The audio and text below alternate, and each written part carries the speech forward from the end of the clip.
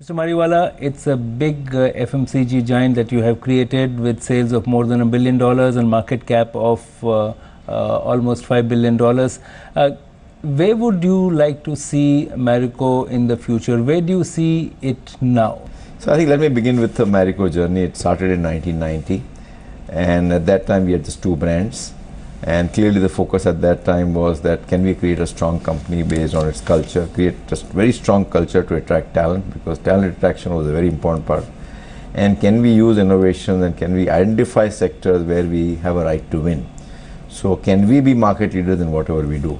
So if I look back at the history over the last 25 years of Marico, I think we've launched many new products. We've acquired some new businesses in India as well as outside India. We started an international business group, a separate structure within Marico, again dealing in consumer products. And we are a focused company. We want to be in beauty and wellness, and we will not go outside beauty and wellness. If you look at all our brands, in 90% of the turnover of the company, we are market leaders in our segments. So apart from Saffola and Parachute, we have many other brands like Nihar, Medicare, Revive, Hair and Care, Set Wet, Levon, and in most of them we are market leaders. So we believe that market leadership helps you to get economies of scale. It gives you far more higher degree of profits compared to being a number two player. But how can you be a market leader? And for that you need to identify the right to win.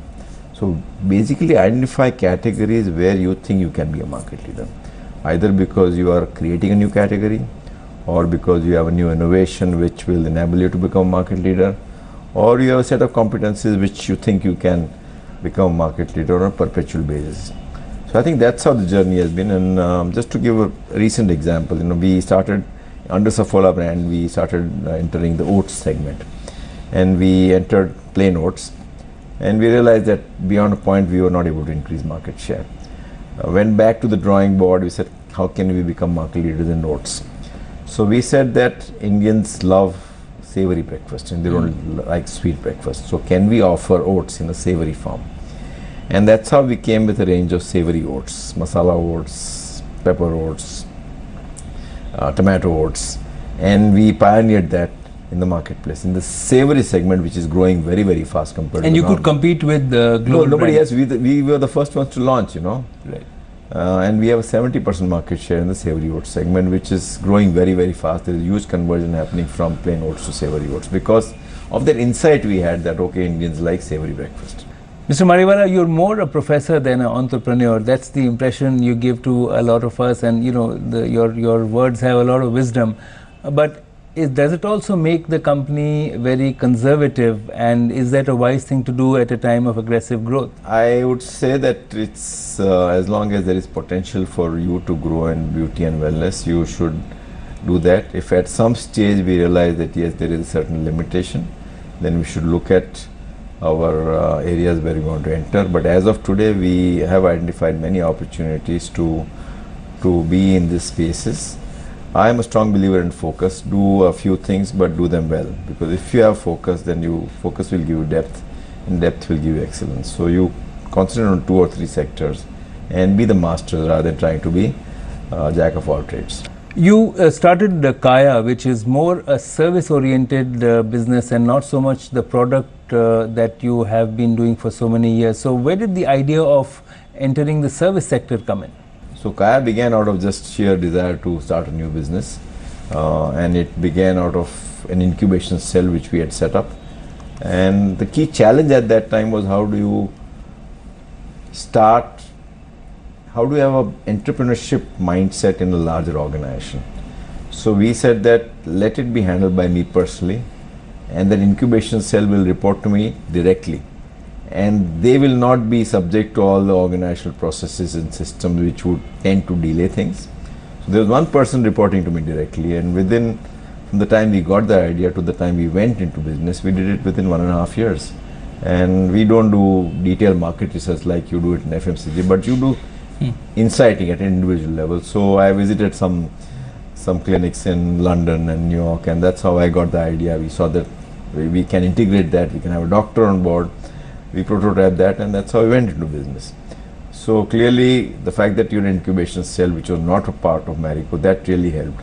And my personal involvement in managing this and setting it up also played a very important role in expediting the cycle, and we went into business very fast. We saw a pioneering opportunity in the skincare business. So it's a different business.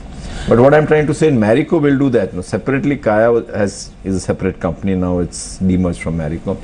So at a personal level, I may look at something else also, which may be a different business. You're saying that you have a lot of interest in new ideas and new sectors, and if I delink this from what Marico and Kaya are doing, what are the sectors that excite you? What would you like to perhaps invest in or maybe drive new growth? So I think I would still think that I like healthcare. I like to create businesses which are pioneering businesses, because nobody has had a look at it, and you want to be in that business. And I think to me that is the most exciting part in creating business. So if I look back at all the brands we pioneered most of the segments, whether it is Revive, whether it is any other brand, we have pioneered that particular business. I don't like Me Too business where I don't have a right to win, I like innovation and I like pioneering. So combination of pioneering and innovation is something which really excites me, Where do you see the FMCG sector today? There has been a lot of change in it. Where is Marico within that sector? See, I think it's very different compared to what it was in the past. Sheer competition has increased dramatically in each and every sector.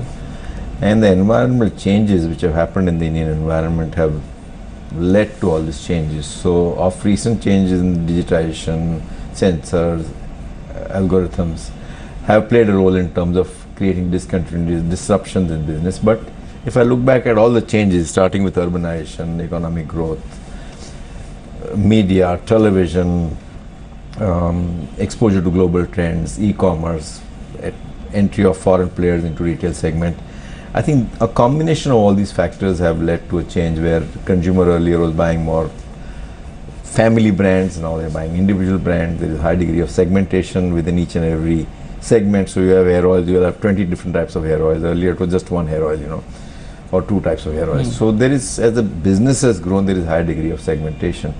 And more importantly, the consumer has evolved and gone into more and more higher ended products. For example, earlier days people were wearing dhotis and saris, didn't require any stitching. Then you went into hand stitched clothes, and then you went into ready made, and now then you're going to designer clothes, So each and every segment you take, there is an evolution which has taken place going up the value chain, And I think that's where it provides newer opportunities to businesses. In your experience in the last 25 years, do you see that consumer preferences have changed, or are they similar, or do you think that they are closer to what the global consumer wants?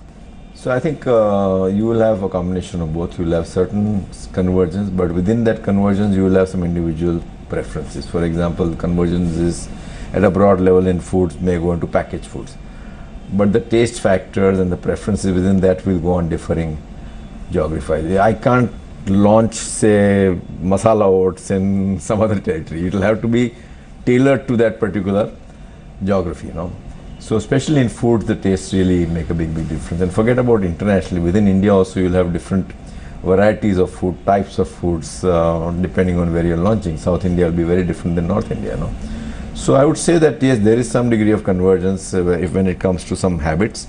For example, there is a shift in hair care. From earlier, people were using loose oil hair oils and then packed hair oils, and then they've gone into what we call pre and post wash hair products like hair gels and hair creams and all. So I think people are moving up that value chain now. Hair gels is something which is caught on in some parts of the country, and in India also we are trying to promote that in India. So I would say that I think there is some degree of convergence. A lot of it will also depend on geography. How close is that geography to India? And for whatever reason, there is a geographical influence in terms of what is happening. And as the country grows, I think the whole world is getting smaller. So there is a higher degree of influence in terms of global influences in certain categories. But within those categories, there are some local preferences.